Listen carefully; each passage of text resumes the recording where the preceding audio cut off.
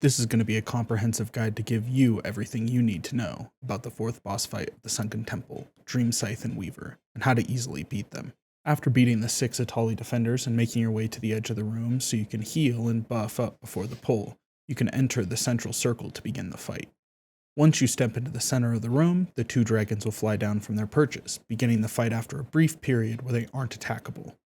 So make sure your raid is in position once the fight really starts. The larger of the 2 dragons is Dreamscythe, and the smaller is Weaver.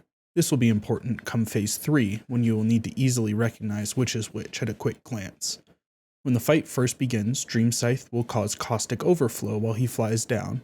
This will fill the outside of the arena with poison, which will almost instantly kill anyone that steps foot in it with a high damage stacking dot. This is a 3-phase fight, with phase 1 having you fight Dreamscythe and getting him down to 80% health. Phase 2 will have you fight Weaver, getting him down to 60%. And phase 3 will have you facing both dragons at the same time till you get the kill. During phase 1 and 2, you can only damage the dragon that is actively engaged in the arena. These dragons have a shared health pool, so it's recommended in phase 3 to choose one of the 2 dragons to DPS down, while the other is tanked on the opposite side of the arena. With the setup and staging of the phases out of the way, let's get into their abilities. Then talk a little bit about positioning for both tanks and the rest of the raid, as correct positioning can make 1.5 of the 3 abilities in this fight irrelevant. The 2 dragons share all 3 abilities and are almost identical. We'll cover the 2 identical abilities shared by each of them first, then lastly get into the ability that is slightly different between the 2 of them. The first shared ability is Wing Flap, where the dragon will knock back their target a short distance. This should only ever be a worry for the tank, and we can talk about how to mitigate this ability with positioning in a minute. The second shared ability is called Acid Breath, where the dragons will spew acid out in a cone in front of them that applies a stacking debuff, the same debuff applied by the poison on the outside of the arena due to caustic overflow.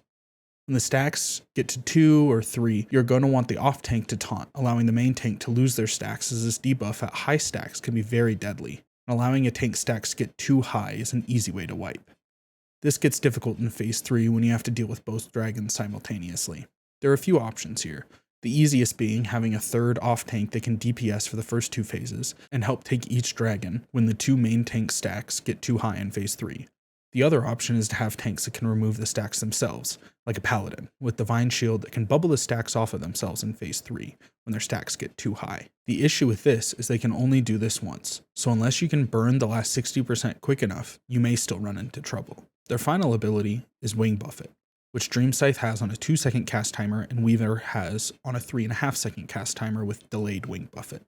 This ability will have the dragons go to the edge of the arena and do a raid-wide pushback. The main thing that is important here is to make sure you aren't pushed back into the hole in the middle of the arena or the poison on the outside edges. This ability will push you back further the closer you are to the boss.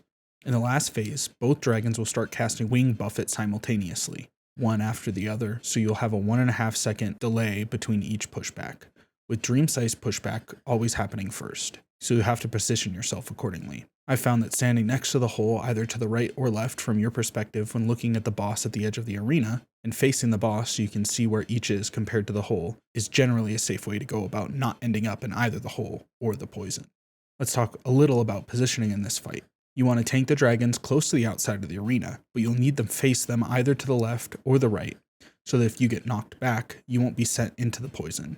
And you want DPS and healers to be behind the dragons so they don't get hit by Acid Breath. In the case of phase 3, you want to separate the 2 dragons, having them face away from each other, so that the DPS and healers have space between the 2 dragons they can stay in safely. Make sure to keep your stacks low when tanking, and your healers will thank you.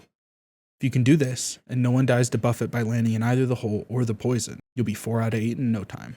I hope you found this guide helpful and have some success in raid night, whether you're pugging or running Sunken Temple with your guild. Don't forget to send this video to your tanks and your raid leader so you can clear the 4th boss of Sunken Temple with ease.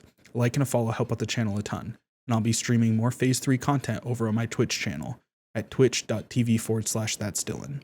You'll find more Sunken Temple raid guides in the linked playlist. Thanks for watching.